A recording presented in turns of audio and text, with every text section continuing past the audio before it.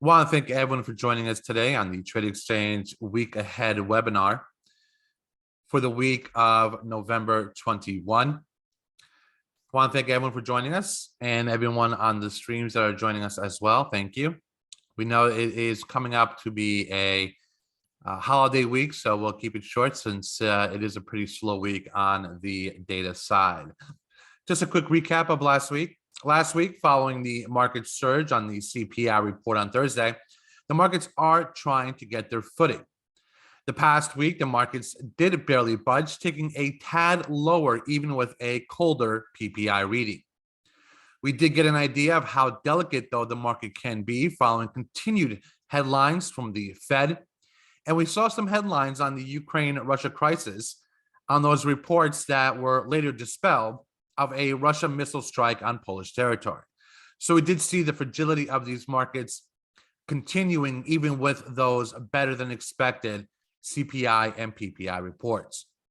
One area in the market that showed clear weakness was crude oil. Oil fell below $80 on Friday, hitting a low of $77.59 and ended at $82.26. Weakness continues to come over China concerns of the recent rise in COVID. Retail sales came in higher than expected, hitting levels not seen since February of 2022 at 1.3% year over year. The consumer continues to stay strong, even with the Fed trying to slow things down. One area that we are seeing a clean hit by the Feds recently has been the rise in homes, the decrease in homes, as U.S. home sales in October fell for the 9th month in a row.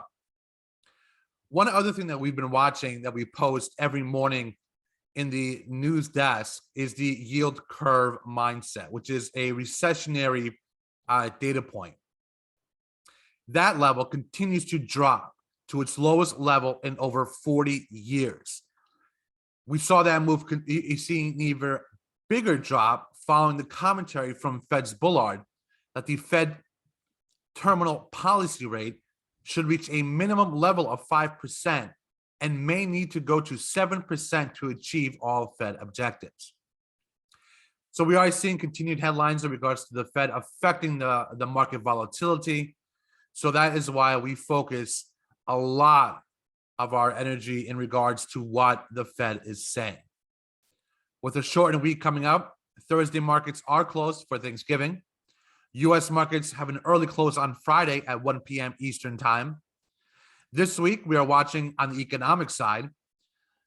On Wednesday, we have a lot of econ data on Wednesday. What we're watching is the durable goods, PMI composite flash, new home sales, consumer sentiment, and the FOMC minutes. This week as well on Tuesday, we do have some Fed speak on schedule. So we'll take a peek now at your week ahead, what we're looking at for the markets coming up. Upcoming U.S. and world events. We do have some earnings continuing this week. Some big names on the retail side continues. American Eagle, Abercrombie, Best Buy, Dick's, Dollar Tree, Nordstrom, Urban. On the tech side, we have Zoom, ZM, HPQ, Dell, Autodesk, ADSK. So we do have a few big names still reporting to end the earnings season. On the economic side, across the U.S. and the world, what we'll be watching Monday, excuse me, we have the Germany PPI and the Bank of Japan outright purchase amounts. Tuesday, we'll be watching the Fed speak from Mester, George, and Bullard, and we have the OECD outlook. On Wednesday, we have all those economic data points that we mentioned earlier. Thursday, as we know, U.S. markets are closed, but we do have some economic headlines out from Europe with the ECB minutes and the EU Energy Minister emergency meeting. Friday, members, keep in mind U.S. markets are closing early at 1 p.m. Eastern time, but we do have the Germany GDP. Company events of the week, as we noticed, it is a very slow week going into that holiday end of the week. Conferences as well, not much on the agenda as well. You know, typically we see this when it is a holiday week. Economic calendar, it's basically what we mentioned. Monday, not much on the agenda. Tuesday, we are watching those Fed speaks that are coming up. Wednesday, we have that slew of economic data. No Fed speak scheduled, but as always, keep in mind that these Fed speakers do pop up on interviews or other different types of conferences. Thursday, markets are closed, and Friday, we do have an early market close. International calendar, as always, posted as well to anybody who is watching any international headlines that could affect U.S. markets. Earnings for the week. As always, we do bold out some of the big names that are coming up. As you can see, we on Monday and Tuesday, we do have that rush of some big top earnings that we'll be watching for our members. We have the Fear and Greed Index. Continues to be on the greed side, even with the slowness this week in market activity. We are seeing a print around 62. Last week, we were around 65. Sector performance for the S&P, we just see a little downtick in markets, as we mentioned. Not much activity. Strength, though, in consumer staples and utilities. Weakness continuing in materials, infotech, and energy. NEC comparisons, as always, this is your COVID. We are starting to see a little leveling off at this point following that pop off that CPI data. So we are watching a little leveling off in markets. We added the key rate, 2-year, 10-year treasuries. As we've been mentioning, this is an interesting number to watch since this is a recessionary mindset play. We are watching this closely as well going into the next few weeks. Looking at your target rate probabilities, we are still expecting around 75% for a 50 basis point hike. This is your 10-year treasury constant maturity minus your 2-year. This is what we mean when we watch the number continuing to drop. This is a recessionary data point that we watch, and we did see that number see a big drop following Bullard's comments. Your year-to-date percent returns, we did see a pop this week in nat gas, over a 12 to 13% move in nat gas, heating oil, a small downtick, the VIX, a small uptick. Gas, we did see a large drop in gas, and we also saw a pretty big drop in crude oil, down about 12% for the week. So we are watching energy plays throughout this holiday, especially with the cold weather coming and the impact it could have on inflation data. So we are watching some of these drops. Not much other movement throughout the week when it comes to these commodity plays. Your AAII Investor Sentiment Survey continuing to increase on the bullish mindset this week. So we are seeing the sentiment survey on the bullish side. We saw an uptick of about 8% on the bullish mindset from last week. The key thing as well is the bearish mindset, seeing a big drop, 7% from 47 to 40 spot 2. So we are watching this as giving us an idea of a broader sentiment view. Sector outlook year to date, as always, the only area that is strong is the energy area, up about 65% still year to date. We are watching on the downside, continuing, as always, not much change on the list regarding the year-to-date drops. But as always, communication services, consumer discretionary, real estate, infotech, all down over 25% to 38%. FDA calendar for the week, not much scheduled, especially with this holiday week. IPO lockup expirations and expected IPOs throughout the week. Now we're just jumping into some charts. We do this on a weekly basis just to give an idea of some of the broader views on markets on a technical analysis view. Gold, first off, members, no changes to this chart from last week. What can we say about this chart? It's a beautiful technical chart. Once that uptrend was broken this week, we saw a drop right to that resistance support level. So we are watching these technical moves on gold right around this level of strength weakness. Could it bounce and retest that 1800 level, or are we seeing a retest of 1700s? We'll get a better idea this week on market activity on gold. Your SPY daily, no changes to the chart yet again. We are trading in this range right now in the SPYs. we'll be watching for any move on a volume to the upside or downside of this chart break. So we are watching these resistance and support lines for any indication on a directional move on your SPYs. NASDAQ daily, no changes to the chart as well. This as well continues to trade in that level pattern. What we saw last week is a test right at resistance levels. Tested it, couldn't break through it, no volume, and we saw the drop come in the NASDAQ. So we are watching a short-term levels around 11,000 to 11,500 for any indication move in any direction. Keep in mind, members, with the fact that it is a holiday week, the volume tends to slow down. So we'll be keeping an eye if any directional move happens on your NASDAQ. We have an SPY weekly with a moving average look, watching these levels on your spiders. We have a triple Q weekly as well, watching these points on a moving average view. What we're watching, though, is interesting moves where we are looking at possible crosses to the downside on these moving averages. We have one over here and over here that we'll be keeping a close eye at to see if there's any indication. Your 100-day moving average is continuing to flatten out. So we are watching any directional move on these moving averages on your triple Qs.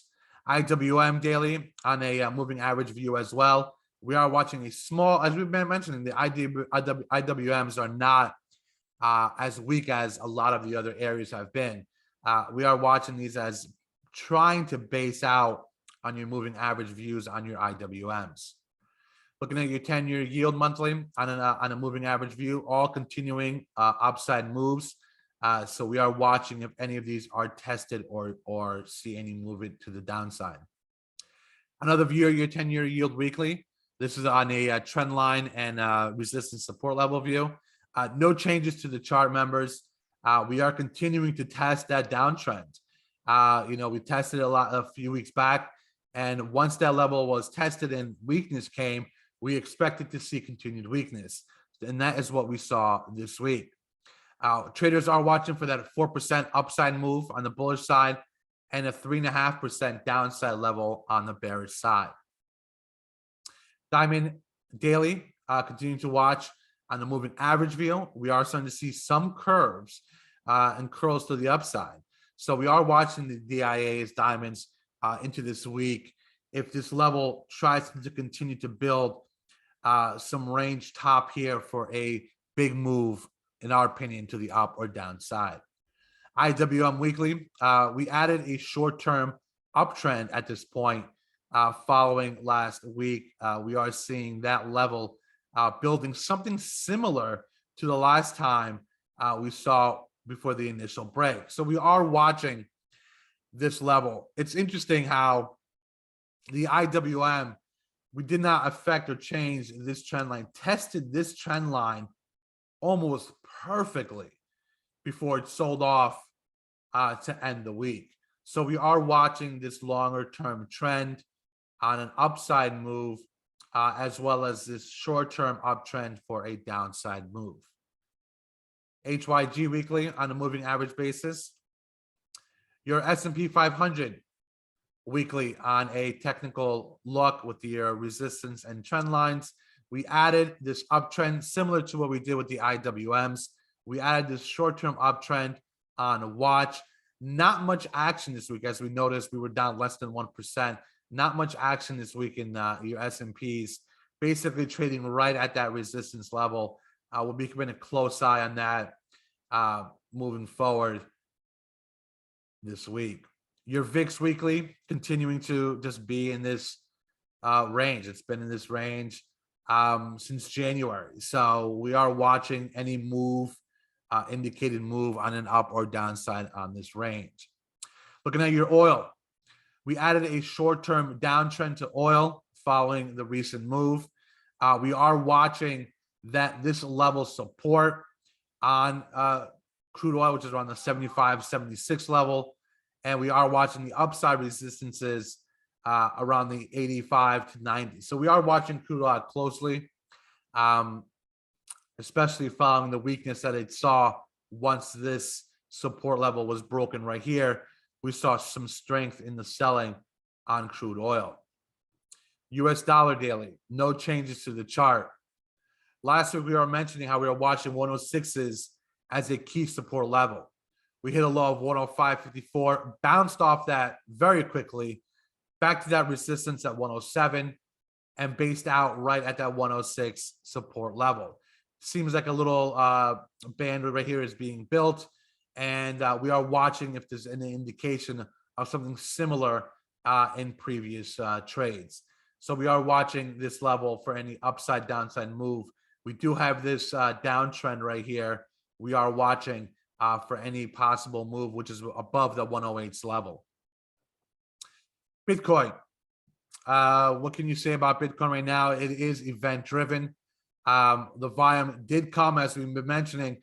We didn't see any volume on any move above 20,000, as you can see. But once that volume came in and the weakness broke, once that 20,000 level was broken on volume, you can see it was attacked by sellers hitting around 15,000, 16,000 on Bitcoin. Right now, it is trying to base out.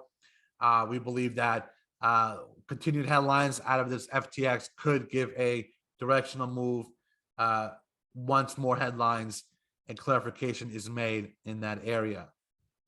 SMH weekly on a moving average view. We did see that pop the previous week on the CPI data. This week, barely a budge. So the past week, we really didn't see much happening in markets, not much activity, but we did see some trend lines being set up for possible future moves. Right now, we're just going to go a little radio silent. If anyone has any questions, we have a few questions on the email side. We'll be jumping on right now, but we are going to go radio silent for a few. If anyone has any questions, just shoot them in the in the chat deck.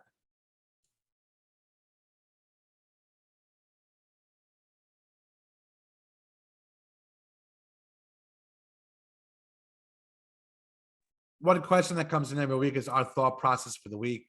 Remember, it is a holiday week, so we do not expect, typically, from what we've seen, we do not expect to have extreme volatility in these markets.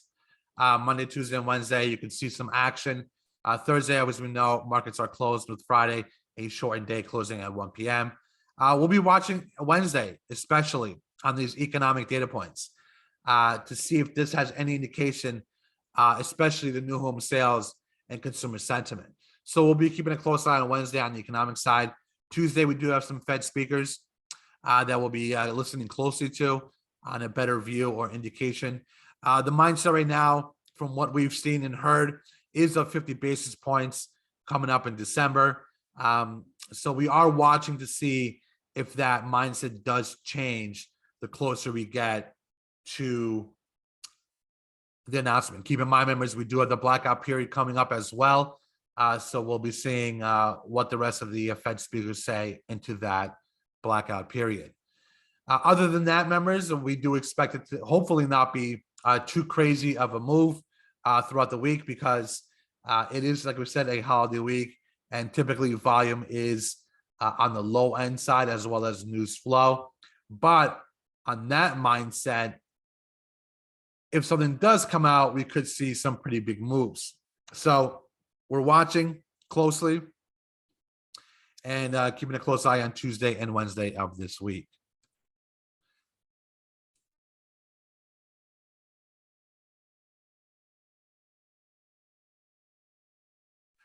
We had some another question regarding commentary on the Fed. As always, members, we always provide commentary of the Fed in the news desk as well as the SWOT. We try to focus, especially nowadays, since it is they are market moving commentary. We do provide anything specific on a shift in some sort of a mindset. Typically, we don't flood the room as always, because it's usually the same criteria that is being discussed. But if there's anything different or market moving, we do provide that in the news desk, and we always keep a close eye and ear in regards to all those. And luckily, we do have the ability to post a majority of the speeches for our members in the news desk. Once again, if anyone else has any other questions, Well, as we mentioned before, we're going to try to keep this one very quick. We want to thank everyone for joining us today. Keep in mind, members, the markets are closed on Thursday. Shortened day on Friday. As always, the news desk will be up and running if there are any headlines during those days. We want to thank everyone for being a part of the Trade Exchange service. We appreciate all the feedback and commentary that we get. We are always open to thoughts and comments, as that is our way of continuing to grow and expand our services for our members. Once again, we want to thank everyone. We want to wish everyone a happy Thanksgiving to anybody heading out early for the week.